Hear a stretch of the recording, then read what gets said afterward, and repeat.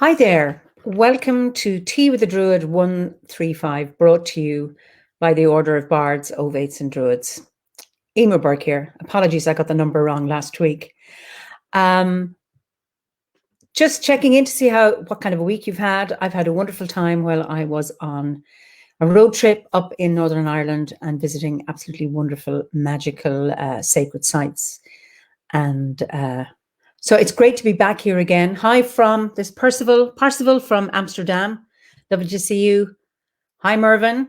Good evening to you.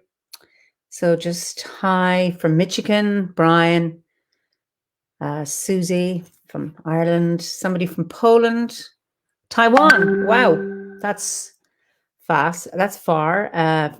Kat Rose from California. Wonderful. Anya from Cork. Welcome. Great to see you. And Anna from Rio de Janeiro. Hi, Valentina from Glastonbury. And Julia from London. Great. Barbara from Germany. Hi, Danny from France. And Roland. Hi, how are you? It's great to see you all. Lovely. So I hope you enjoyed Gail's story last week. It's just wonderful to have storytellers from all over the globe, members of the order, being able to tell stories. Anyway, so tonight's story it's an old story, but I think it is a story also for these times, as many of these stories have. What's wonderful about stories is that they have a universality as well as a long shelf life, should we say. So let me begin. Aengus Og, the Celtic god of love. Not only was the Celtic god of love, he was loved by everybody who knew him. He had golden curly hair and eyes, a deep green, and a smile that just melted the heart of anyone who saw it. And wherever Aengus walked, the flowers, they would just burst into bloom. And when he'd pass the crops in the fields, well, they would ripen. And the cows, well, they gave the sweetest of milk whenever they saw him or whenever they heard his sweet voice. And then the birds. Well, he had a golden voice. And it brought joy and peace and healing to anyone who heard it. Not only for humans and animals, but the birds. So whenever he would sing, the birds would sing back. And I was heard it said that it was like a choir, the sweetest of choirs, when Aengus would go off walking along the countryside, singing and singing with the birds. Now, Aengus lived with his mother, Boann, the goddess Boann, who gives her name to the River Boyne, and to his father, Andaya, the good god, sometimes known as Uki Olahar. And they lived in Brú na Bóinne, which today is known as Newgrange, and I'm sure many of you have visited, and well worth a visit it is indeed. Now, all was well in those times, the island of Ireland. But then some kind of dark shadow came over Aengus. Like a depression, but some strange thing that all he wanted to do and all he could do was lie in bed, becoming weaker and weaker and sicker and sicker.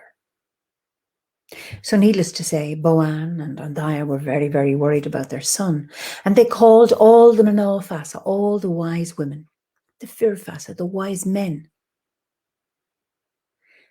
the Livlia, the herbalists, the healers, to see if they could diagnose what was wrong with Aengus Og and then come up with a remedy. No matter how hard they tried, they couldn't fathom his illness.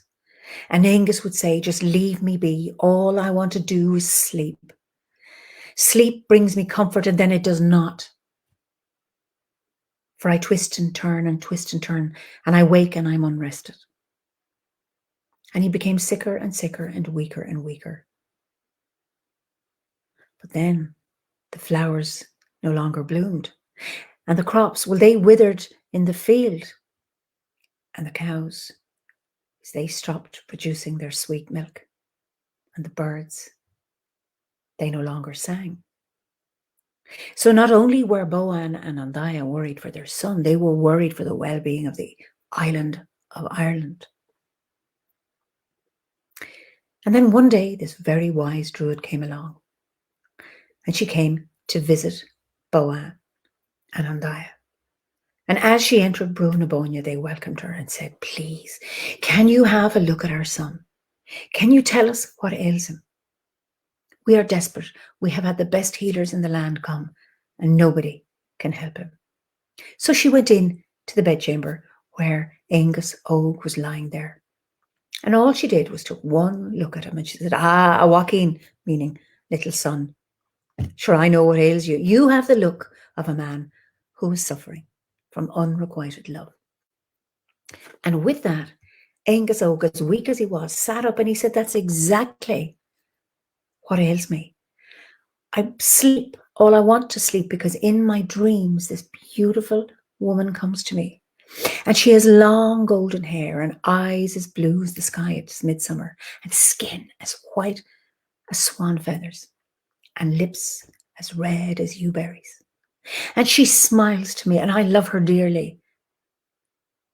And I reach out my hand to her.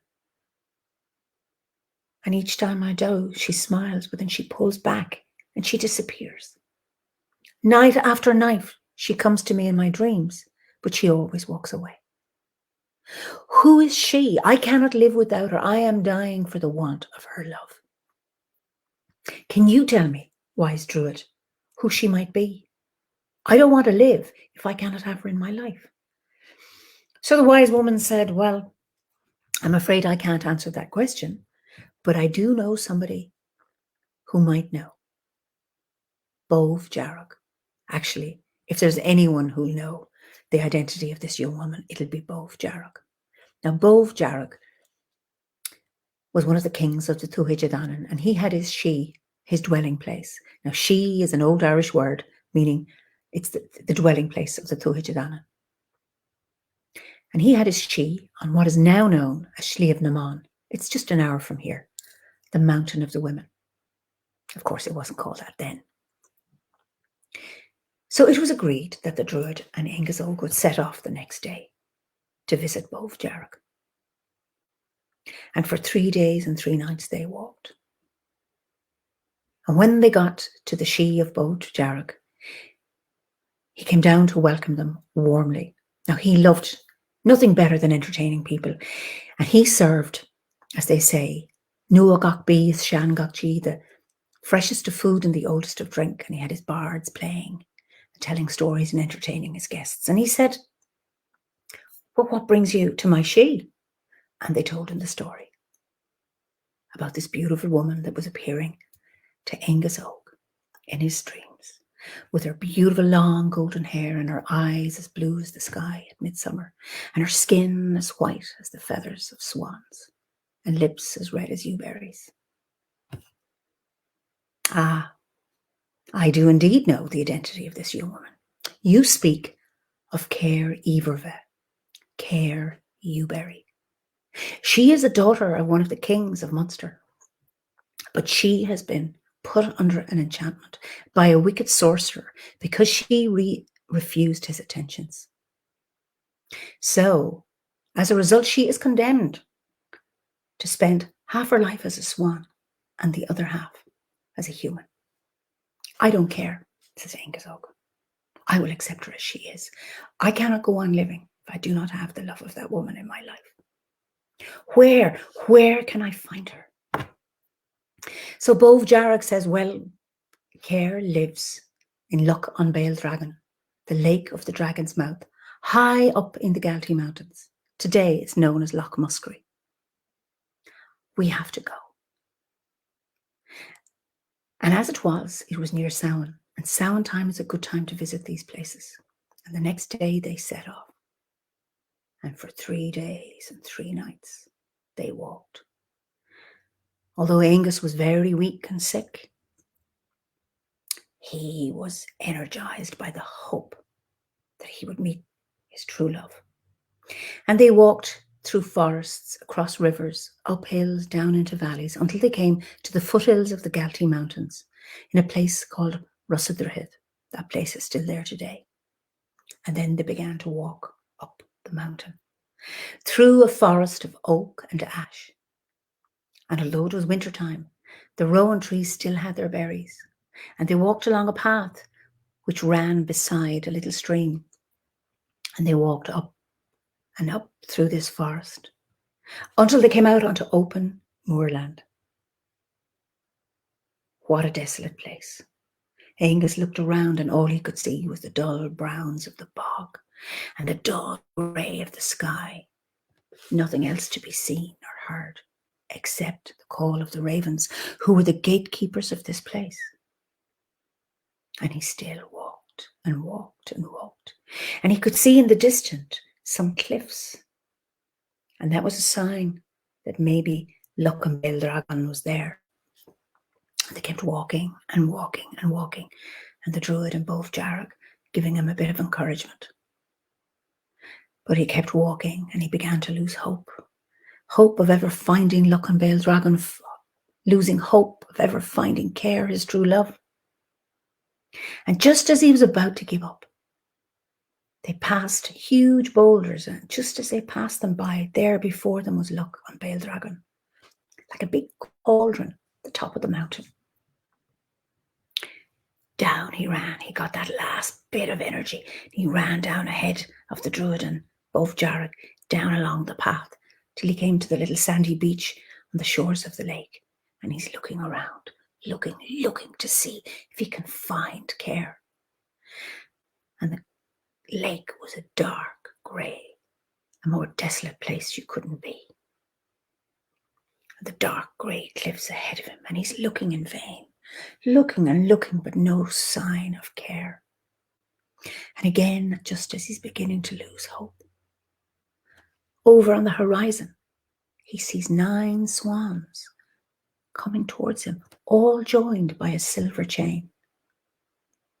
And then to his joy, the lead swan breaks away from the others, comes towards him, and flies 3 times over the lake, and then flies closer and closer, and he watches her outstretched wings as she comes closer and closer, and then watches as her webbed feet touch the surface of the water. And as she lands, she transforms into a beautiful woman, the woman of his dreams, with the long golden hair and the eyes as blue as the sky at midsummer, and skin as white as swan feathers, and lips as red as yewberries. Carr, you've come to me. Oh. And he smiles, and she smiles back, and he reaches out to take her hand. But as soon as he does, she pulls back, steps back into the water, takes to the air, because she transforms back into a swan again. Angus is devastated. How can I have met her only to have lost her again? And he calls out to her, Carr, please, I love you. I cannot go on living without your love. I need you in my life. I love you as you are. I have no wish to possess you. I have no wish to own you. I have no wish to control you. But I accept you and love you, whether you are a swan or whether you're a human. Know this, I don't want to go on living if I cannot have you in my life. And then a second time he says, I promise you, Carr, please come to me. I need your love in my life. I will never own you. I will never possess you. I will never control you. But I will love you as you are. I will accept you, be you a swan or a human. But know this, I cannot live without your love. No response. And a third time he said, Carr, please come back to me. For I love you as you are. I will never control you. I will never possess you. I will never own you. I accept you as a swan. I accept you as a human, as you are, and love you for who you are. Please come back to me. And then he watched as she flew 3 times again over the lake and flew towards him. And he watched as her outstretched wings, and she flew towards him closer and closer. And then her webbed feet touched the surface of the lake, and she transforms back into her human form. And this time she smiles at him and she looks deeply into his eyes, and it's as if they've known each other forever. And she smiles again and she reaches out her hand to him, and he reaches out his hand to her, and she takes his hand in hers, and she pulls him towards her into the lake, and he willingly goes. And then they are both transformed into swans, and they take to the air, and they are joined together with a golden chain. And they fly 3 times over the lake, and they begin to sing their love song. And the flowers begin to bloom again. And the crops awaken in the field and become ripe. And the cattle, when they hear their love song, begin to produce sweet milk again. And the birds begin to sing. And for 3 days and 3 nights, Angus, Og, and Carr fly around the island of Ireland, singing their love song. And all who heard their song fell into the deepest of sleeps, where they dreamed of love and peace and healing and tranquility. They dreamed of transformation and acceptance of themselves and acceptance of others, where all were welcome and all are loved in their own essence, their own being. And at the end of the 3rd night, they flew back to Brú na Bóinne, where they are to this very day. And they still sing their song of love, non-possessive love and acceptance to all who are willing to hear. So now I invite you to come on a little journey. So as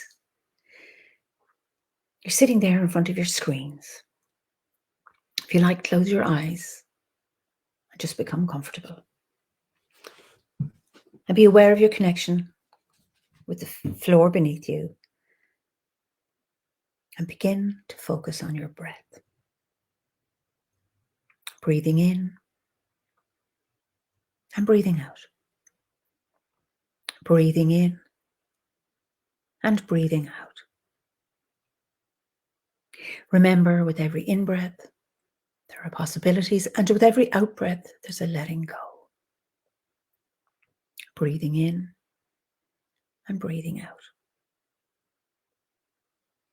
And now I'd like you to imagine that you're at the foothills of a mountain, about to enter a forest.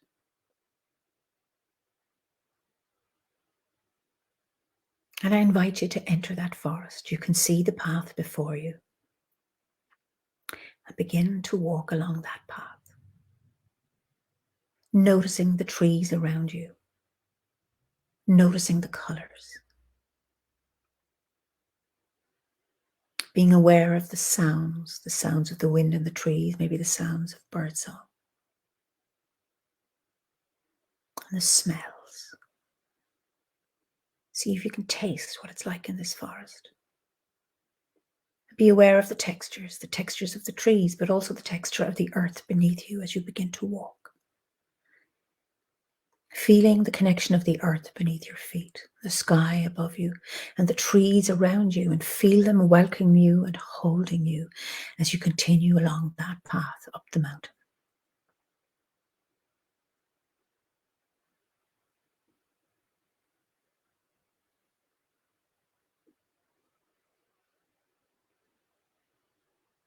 And then you walk. And walk along that path, and you come to a clearing. It's the end of the forest, and it's now open moorland.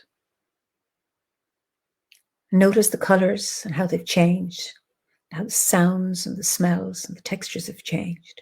And continue walking along that path.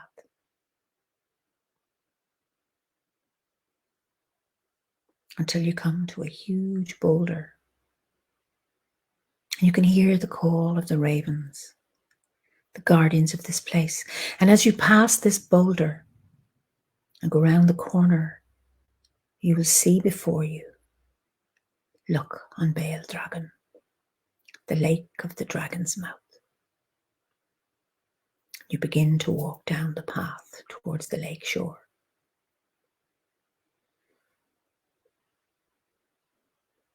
And you arrive on the sandy beach.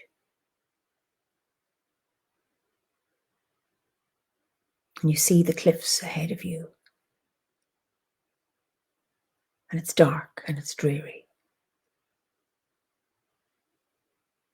And the dreariness of the sky is matched by the dreariness of the lake. And you stand there. And then suddenly there is a break in the clouds. And you can see some blue sky and the sun shining through. You get this feeling of hope. And then you notice on the horizon a swan. One swan coming towards you. And you watch as this swan flies 3 times around this lake. And then you notice that the swan is flying towards you. And you watch its outstretched wings. And you watch as it extends its webbed feet, coming closer and closer until it touches the surface of the lake, just in front of you. And as the swan lands, the swan transforms into a human. This being looks at you with love and acceptance in their eyes. And you look at them and it's as if you've known each other forever. This person smiles to you and stretches out their hand to you. And you reach back and they take your hand in theirs and they pull you towards them. You step into the water and you feel yourself transformed into a swan. And you feel your outstretched wings alongside the other person who's become a swan, and you take to the air. And you're flying like you've never flown before. And it's like you both are flying as one. And you feel that sense of excitement and that sense of love and acceptance in your heart. And the ability to transform and engage in another way of being. And as you fly around this lake, you have this sense of acceptance of yourself. No matter who you are or how you are, no matter what form you take, you accept yourself and love yourself in a non-possessive way. And you have that love and acceptance for the earth and her beings, for all those you come in contact with. And you feel your heart expand. And you both sing a song of love for yourselves, a song of love for humankind, a song of love for all the beings of this planet and beyond, accepting each for who they are, whatever form they take.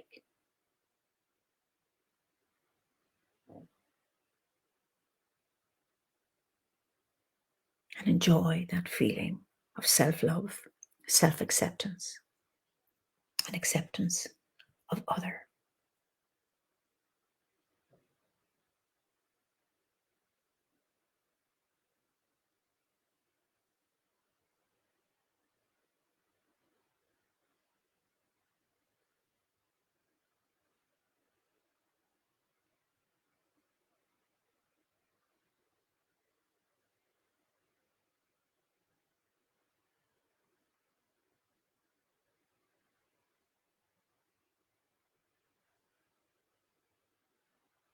And now it's time to come back.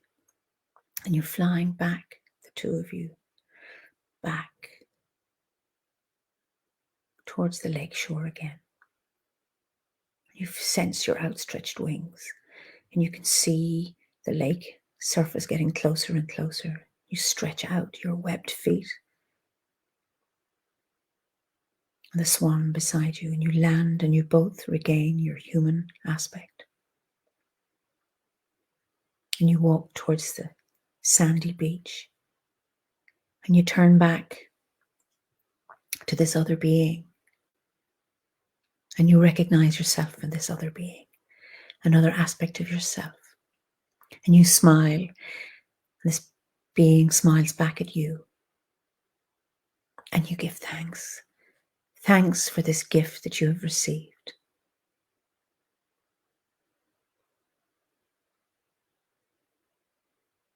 And then you say goodbye, knowing this being is always there for you. And you watch as they become swan again and take to the sky. And watch as they fly 3 times over the lake and then beyond, over the horizon.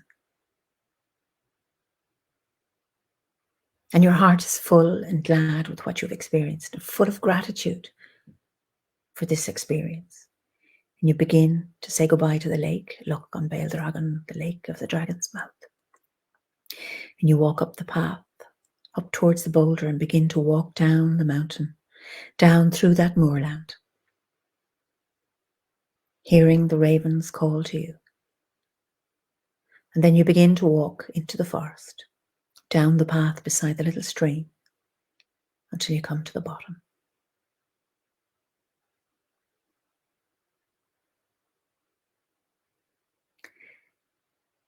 And at the bottom, you turn around to look at the forest.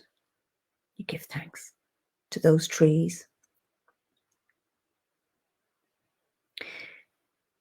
And you allow your awareness of the forest to fade. And bring your awareness of your physical body here and now in front of the screen, feeling the floor beneath your feet, being aware of the ceiling above you and the walls around you. Take a big stretch, deep breath. And when you're ready, open your eyes. I'm afraid to click on comments, so I can't see. I hope that was okay for you, and that you were able to connect. Stories of many interpretations. So I hope how you interpret this would be of use to you. So we have a new guest next week. It'll be Dave the Bard, and I believe he has a story for you. And then the good news is that Philip will be back for the month of August, and I'm sure you'll be delighted to have him back again. I look forward to seeing you in September when I'll be back, maybe for more stories. So till then, Iwa, good night, and I look forward to looking at your comments after this, and I have my tea. Good night for now.